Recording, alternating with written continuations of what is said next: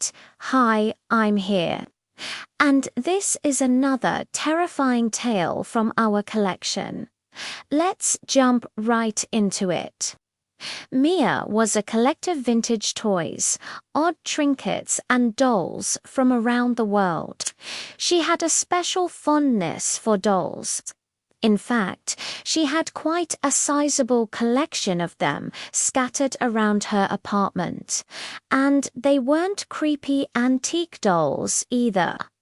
They were cute, colorful, and well-made, mostly, but every now and then she would find something older, something handcrafted and often unsettling, like Labubu. She picked it up from a stall at a night market in Taiwan. The place was bustling with life. Stalls lined the narrow streets, packed with goods of all kinds. The air thrummed with chatter, laughter, the sizzle of street food. The perfect place to pick up a souvenir. She remembered strolling past rows of shimmering dragon and lion dancers, intricately carved wooden masks, brightly colored kites, and then she stopped in her tracks. Hidden down a narrow alley, barely visible, was a stall illuminated only by flickering candlelight. It was dusty, cluttered, and in the dim glow, she could make out a single item on display, a small clay figure, a Labubu doll. Its grin was unnervingly wide, revealing sharp, uneven teeth. Its eyes glinted with a strange light. An old woman sat behind the counter. She didn't seem to notice Mia standing there. Mia cleared her throat. The woman still didn't respond. She simply stared straight ahead. Finally, she turned her head, her face a roadmap of wrinkles and age. She said nothing, just pointed at the doll. Mia felt a sudden chill. Was the woman trying to sell her the doll?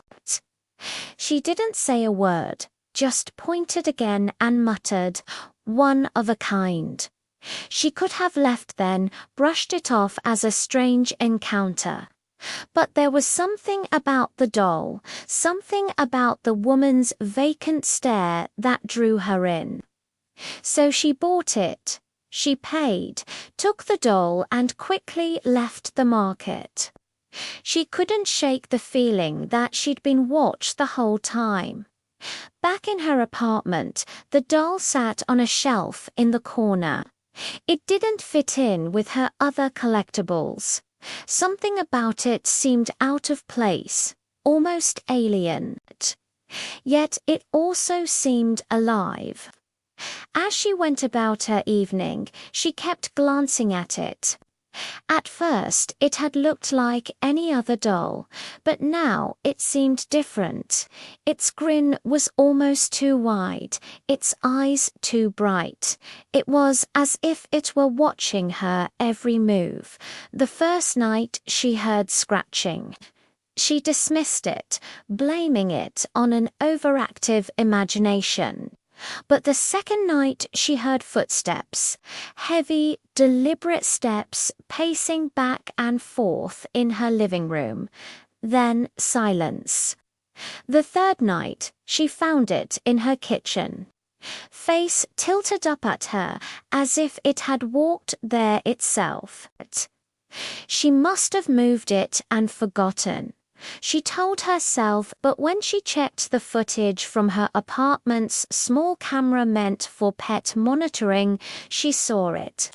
2:57 a.m., the Labubu doll turns its head on the shelf. 3 a.m., it climbs down, movements jerky, unnatural. 3:03 a.m., it walks out of frame. No strings, no trick, just movement. Fear pricked at her. What was this thing? How did it move? Why? Was it stalking her? Determined to find answers, Mia spent hours searching online.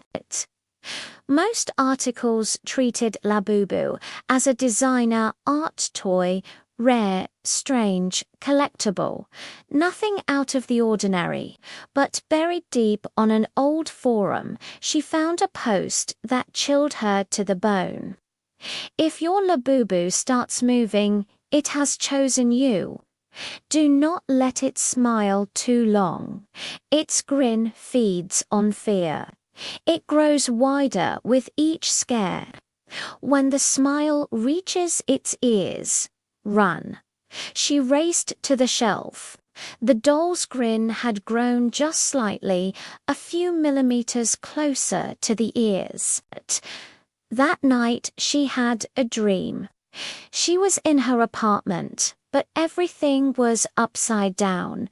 Blood dripped from the ceiling. Her dolls sat in a circle, and in the middle stood Labubu, taller now, human-sized, with glassy black eyes. It opened its mouth. Not to smile, but to speak. One more night, and I stay forever. She woke up with claw marks on her leg. Driven by both curiosity and terror, she followed another forum's advice. A circle of salt around the doll, mirrors facing it to trap its image. Never let it out of sight for 3 nights, she tried. The first night, the salt was untouched. The second night, one of the mirrors cracked. The third night, she blinked just once, and the doll vanished. She found it in her bedroom, sitting on her pillow. Its grin now reached halfway to its ears. Mia screamed. The lights burst. Everything went dark, except for 2 glowing white eyes in the corner and that awful, stretching grin. Then it whispered in a high, sing-song voice, "Smile for me and I'll smile for you." She ran to her front door, but it was gone, replaced by a wall of doll faces, all grinning. A new note appeared on her mirror in red marker. Last chance. Say the words before the final smile. Mia recited the words from the forum. I do not fear you, Labubu. Your grin is yours alone. Return to stillness. Leave my home. She repeated the chant again. Again. The lights flickered. The mirrors shattered. The doll dropped to the floor, limp, smile gone. But the moment it hit the floor, the shadows in the room twisted and writhed, as if something were clawing to get out. With shaking hands, she locked it in a metal box, wrapped in chains, and buried it in the woods outside town. Months passed. She didn't dream of dolls or winding smiles. No whispers echoed in her sleep. Then, one weekend, her niece visited. Look, what I found in the backyard, she said, holding up a dirty, familiar figure. A Labu doll smiling from ear to ear. Oh, I remember that doll, Mia said, a chill crawling up her spine. The one thing she never should have brought home. You found it in the backyard, she echoed, dread settling in her stomach.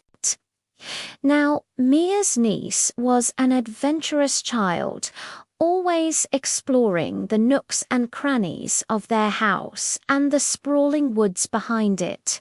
The doll was just another quirky find in an endless treasure trove of trinkets and baubles waiting to be discovered. But Mia knew better. She recognized the doll not just as a bizarre collectible, but as a harbinger of nightmares, of whispered fears in the dead of night. As her niece pranced around the apartment with her newfound doll, Mia felt a sense of foreboding wash over her. It was the same eerie feeling she experienced years ago when she first laid eyes on the doll in that dimly lit market stall. The same feeling that had compelled her to buy it despite a nagging voice in her head screaming at her to run. "Can I play with it, Auntie?" her niece asked, her voice echoing in the cavernous space of Mia's living room. Before Mia could respond, her gaze fell upon the spot on the shelf where the Labubu doll had sat all those years ago. It was empty. A wave of relief washed over her, quickly followed by a jolt of fear. Where was it? But her niece already found it and brought it inside without her knowledge. The thought sent shivers down her spine. Then she noticed something else. Her niece was holding the doll in an odd way, its grinning face tilted upwards as if it was staring at the ceiling. "Why are you holding it like that?" Mia asked, her voice tight with apprehension. Her niece paused in her game. "Because it wants me to," she replied matter-of-factly. "It told me to hold it like this so we can play together." Mia felt a surge of panic rise within her. Was the doll influencing her niece? Was it reaching out beyond the grave to ensnare another victim? She had to do something, anything to stop it. But what? Years ago, she had managed to banish the doll back to its own dimension by reciting the ancient words from the cryptic forum post. But could she risk it? What if the words only worked once? What if the ritual had weakened the barrier between their world and the doll's?